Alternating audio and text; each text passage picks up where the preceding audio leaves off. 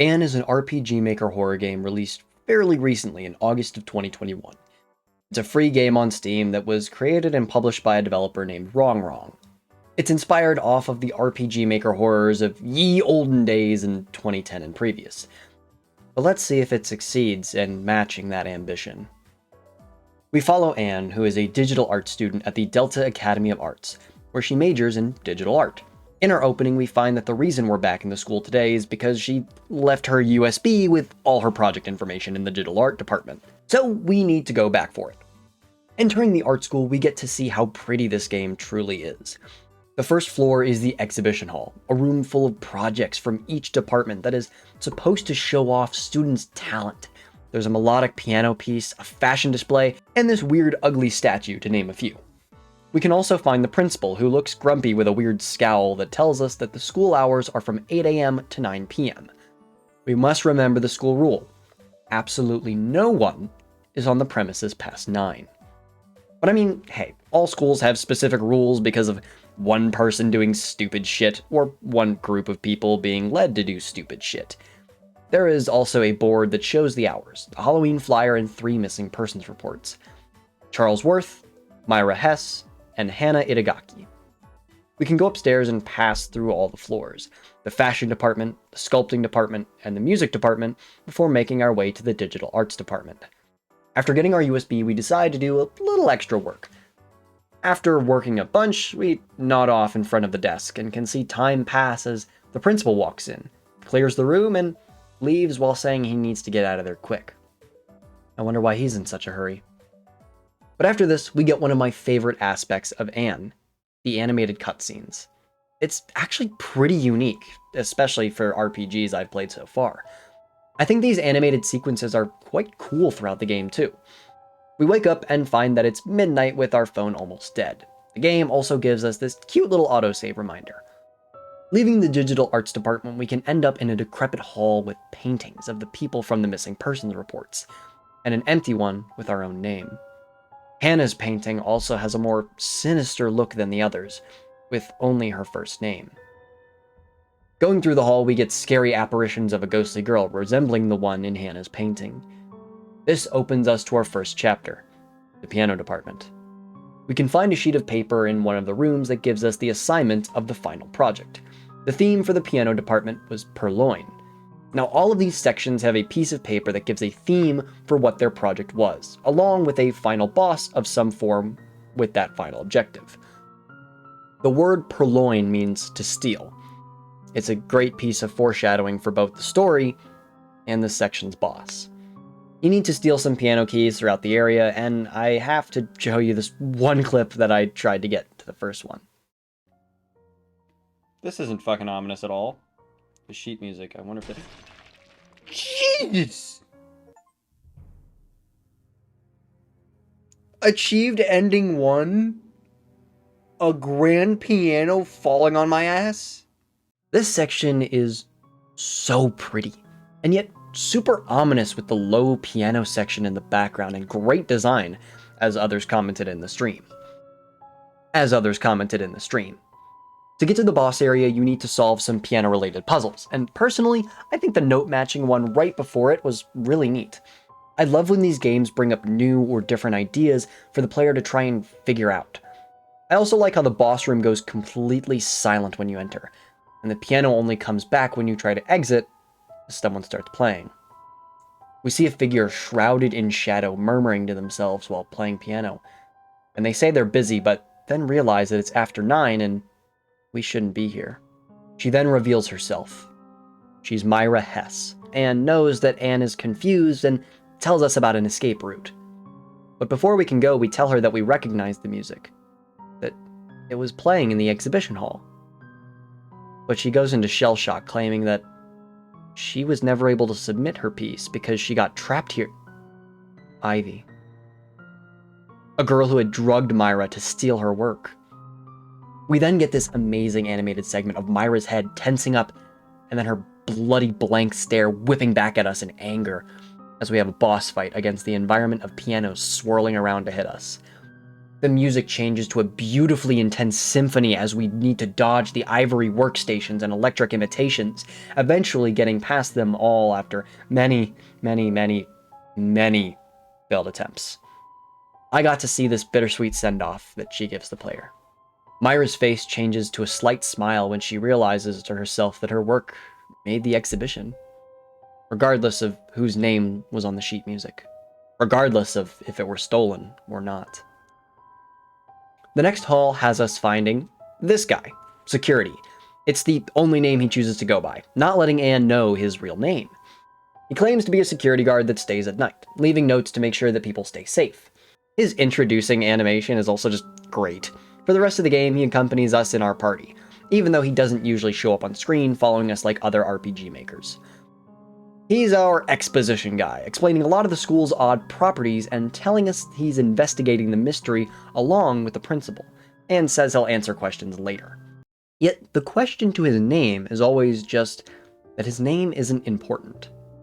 The next department is the sculpting department, where we can solve some puzzles in the area too. We need to get past a mopey statue and can also find the assignment sheet. The theme? Success.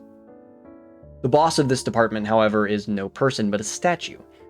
Its introduction animation does it best by giving it the name that it calls itself over and over. Failure. Running from it and successfully fleeing, which also took me a really long damn time, with a lot of failures, gets us a sequence where Anne and the security guard rest. We get this little scene of a young Anne drawing in a drab gray room. Her mother and father are speaking in the background, and they start to argue about Anne. The father is upset that she failed all her subjects, and her mom says that if he were around more, he'd know she needs to go to a special needs school. The father retorts that she's just a slow learner. The argument gets far more heated and ends with the two separating, neither wanting responsibility over Anne. So, her father says that he's sending her to an orphanage. Poor Anne had closed her ears from all the yelling, and when she wakes up, we're comforted by our security friend. Our next chapter, though, is the fashion department. The ambience of this area is just a subtle breeze, which makes the crack of the moving mannequins that much creepier. Oh, it's just so good. The rest of the section has some puzzles that lead to us into this maze-like room of squiggly armed mannequin torsos that can kill us. We need to find the numbers on each of the still-placed mannequins to find the door pattern to go through to find the final boss. The theme of this area was titled Merger. Supposed to be exemplified from the merging of different fashion styles, I presume? When finishing the door puzzle, we find just a plain room? The animation has Anne and security looking around only for a face to come out of the shadows. The face of Charles Worth. Charles wants to wear Anne's clothes? Not the weirdest motivation I've heard. To beat him, you effectively need to play a really annoying game of tag. I will say though, the soundtrack for this section is this really solid techno beat that loops, and it's just so good.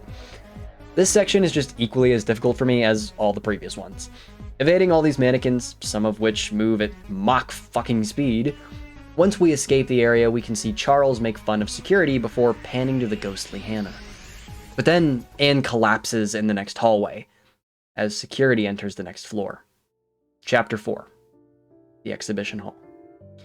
Security sees Hannah and she leaves as he chooses to scout out the hall and deal with all of these sentient objects in the way, even though many of them scream in horror as he shoots them or beg for mercy, some even trying to futilely escape. None of them actually attack security. Many actually attempt to run away or negotiate. They seem familiar with him, unlike Anne, who poses far less of a threat than him. He eventually finds what he thinks is an exit door when he hears a scream. Anne's scream. This is where we get another gray memory from her coloring at the orphanage as someone looks over her. She seems to be on the phone and says that Anne is good at drawing with a great imagination, but she's just not very sociable when she seems to have the person calling lose interest. Anne's drawing is of her family, the same drawing we saw on her phone at the beginning. The person becomes a bit confused and upset when Anne can't remember some of the basic times tables that she had gotten perfectly fine yesterday. Her math lesson doesn't seem to be going very well. But when asked what she wants to be when she grows up, Anne answers, we just don't get to know. Only knowing that the response was, why doesn't she try going to an art school first? Anne wakes up to the ghostly girl who muses how she's survived so long, and disappears while security runs up to her. He leads her through the now safe exhibition hallway, where we see the broken remains of everything. Walking through the double doors, we can find the memories of all those left here. Myra getting drugged and having her work stolen, the successful statue becoming a failure due to the principal's seedy and shady deals. Charles, well, he was just a passionate dude who wasn't actually wronged by anyone. He was just kind of dumb. The eerie music follows us to the principal's office where security gets confused as we turn on a computer, as if he's never heard of or seen one before. And then we play a video file. It shows the story of two girls, Hannah and Clara. Hannah is worried about Clara and was able to snuff out her lie, only to find out that the principal was using her for his own personal desires, to help pay her tuition and make her grades better using his influence. A sick and twisted thing to use his position as a principal for, and Hannah just caught him in the act. When she confronts him, he tries to convince her that he was helping and it was all consensual. Blackmail is still blackmail, and he tries to take her phone but then accidentally chokes Hannah out. So, he stuffs her body in a locker and runs from the scene. But Hannah's ghost isn't so content with running. After closing the school, he can't open the locker, so tries to go back into the school, but then learns about Hannah's new control and later implements the 8-to-9 rule. After watching the video, both are in shock when a door slides open. Chapter 5, the finale. This area is the parking garage where not even security has been before. It's a dark and dreary environment that is made even creepier with Hannah's ominous text boxes and the low environmental background of wind and small rumbling that makes all of Hannah's roars more impactful. But then we find the locker that Hannah's body lies in. And this is the point in the game where you can get the separate endings. We get the master key and can choose to open Hannah's locker as she screams at us and sends us to a decrepit digital art department. Then we get Hannah's animation. This one is one of the weaker in my opinion and could have been creepier, but her upside down crawl run is horrifying and quickly got my ass into gear to get away from her in her very stressful running section. After running through every department that we can, we end up at the entrance. But we drop the key on our way, and we get attacked by Hannah in a blinding white light. So, let's go over all the endings now that we're at the turning point. The first, obviously, is the death ending. Anytime you have your first death, you get the achievement for the first ending.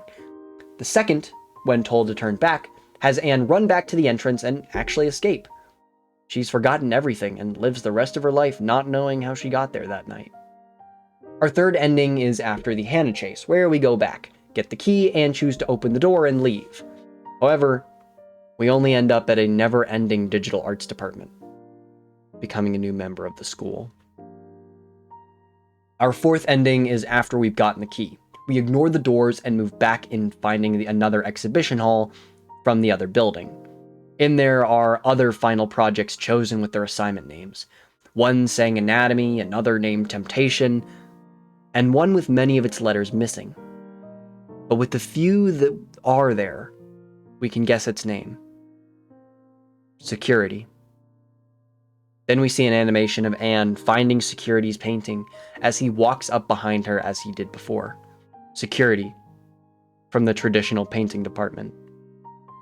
Anne then runs away and throws stuff in the way of him getting to us as he tries to chase us down and explain. Getting caught by him as he picks up an unconscious Anne, he tries to empathize with us and explain the reason for his lie. He tells us that he won't go back on his promise. No humans will be trapped here. In such a beautiful and sentimental moment, he pushes Anne outside to safety. Anne leaves not knowing a thing. The saddest part is after the ending where Hannah confronts Security about her rule on humans. I'll play the moments from the stream when I read this out loud. You know what I said about humans that are trapped in this place, right? You're supposed to bring them to me, not help them escape. The state of being free from danger or threat. Huh? The state of feeling safe, stable, and free from fear or anxiety. That's what my name means. I read that in a book somewhere in the library. My creator designed me, and I'm based on a real-life person that they respected. To protect and to keep everyone safe. That's what my creator wanted me to do, and that's what I intend to do. I understand you have a grudge with the principal. There's no need to involve the innocent humans who have become accidentally trapped here. Let them out, and let them be free. They have nothing to do with this. Who do you think you are? You're just a painting. What do you know about humans? Do you think you can just disobey me and get away with it? Go ahead. Do whatever you want. I will still rescue the next human and set them free. No, you won't. And be safe.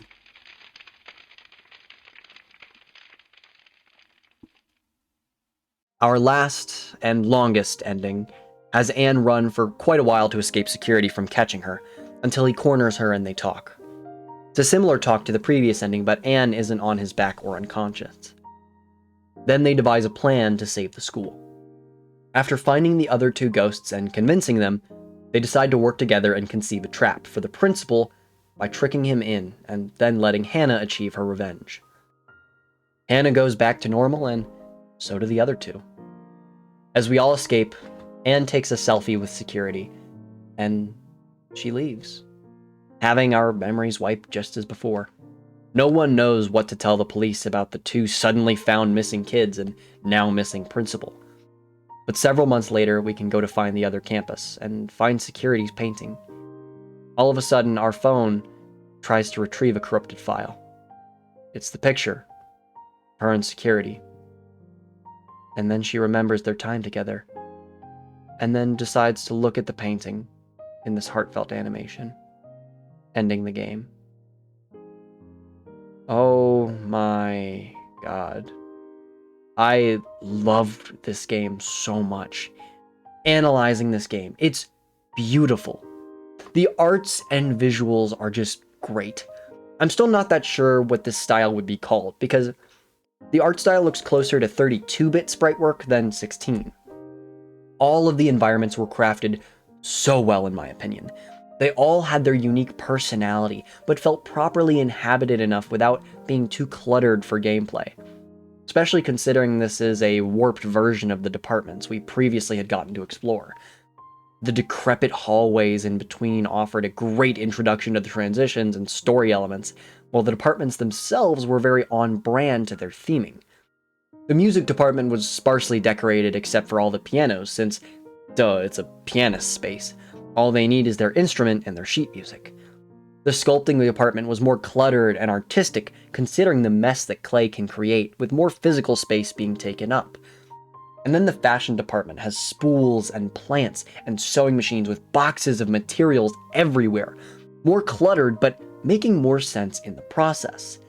The memory sequences were also great, emphasizing a gray tone in the darker memories to push this idea of depressing and repressed memories. No face remembered, because they didn't need to be.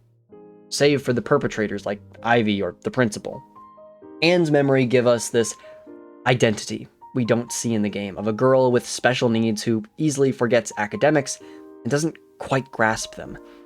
I had made my guesses during my stream, but I don't think I'm correct with my final guess was. I had assumed something on the spectrum of autism with her creativity and passion for arts, but issues surrounding her academics.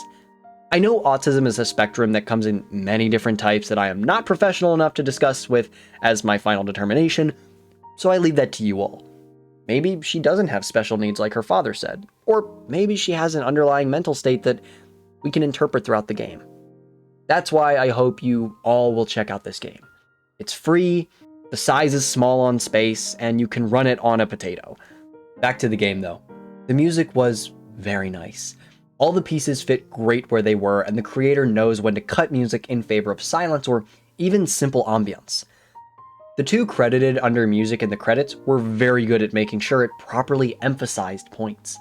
The writing and story were also quite creative, and I loved the interactions, especially between security and the other characters, as this serious but very kind-hearted creation only serving to provide security to others. Another group who rarely get appreciation, QA and bug fixers.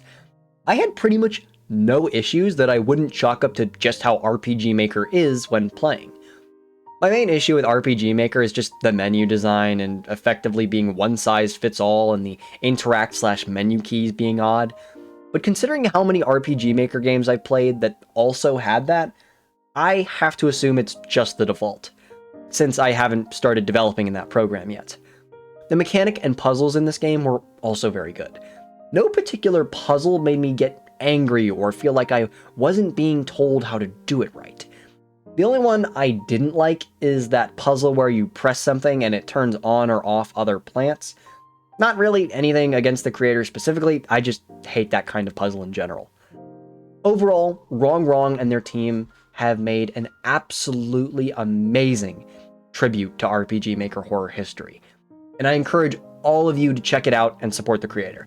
The game is free, but you can support them by buying the $5 art book. The game is both inspiring and depressing, but a fun experience nonetheless. After looking more into Wrong, they have a YouTube channel where they make small animations, and one of them had them complaining about the lack of RPG Maker support and games, and then them downloading it to make their game. And as someone who wanted to make games for a long time, I 100% support people who want to take that step and go on to making games, especially considering how great of a first game they made is. For those who don't know, I've been streaming myself in these little streams I want to call Socratic streams, kind of like how Pirate Software has dev streams for his game. Except I'm largely going in blind, and I want to learn more skills about game development, art, and animating. I'd love if you all join me on my little ride, and we can learn together.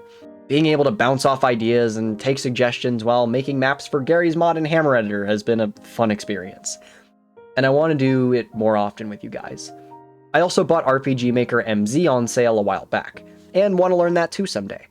But there's also trying to make a game on Godot and learn SFM. There's so many cool things to learn in this world and not that much time. But I hope you'll all come along for the ride. You can check out my streams most Saturdays and some Sundays, and I wish I had a concrete schedule. I also sometimes do it on my Discord, and because of my Wi-Fi connection sometimes disconnect, which is why you might see multi-part streams within 5 minutes of each other. I want to host more events with you guys and investigate ARGs and take suggestions together. I want to build a little community for all the nerdy stuff I like, and I'd love for all of you to join me. Anyway, that was a really long ramble of an outro. Thank you so much for watching. All the links to Anne, my Discord, and the original stream will be below. Thank you so much for watching. It's been me, Mush. See you later. Arrivederci.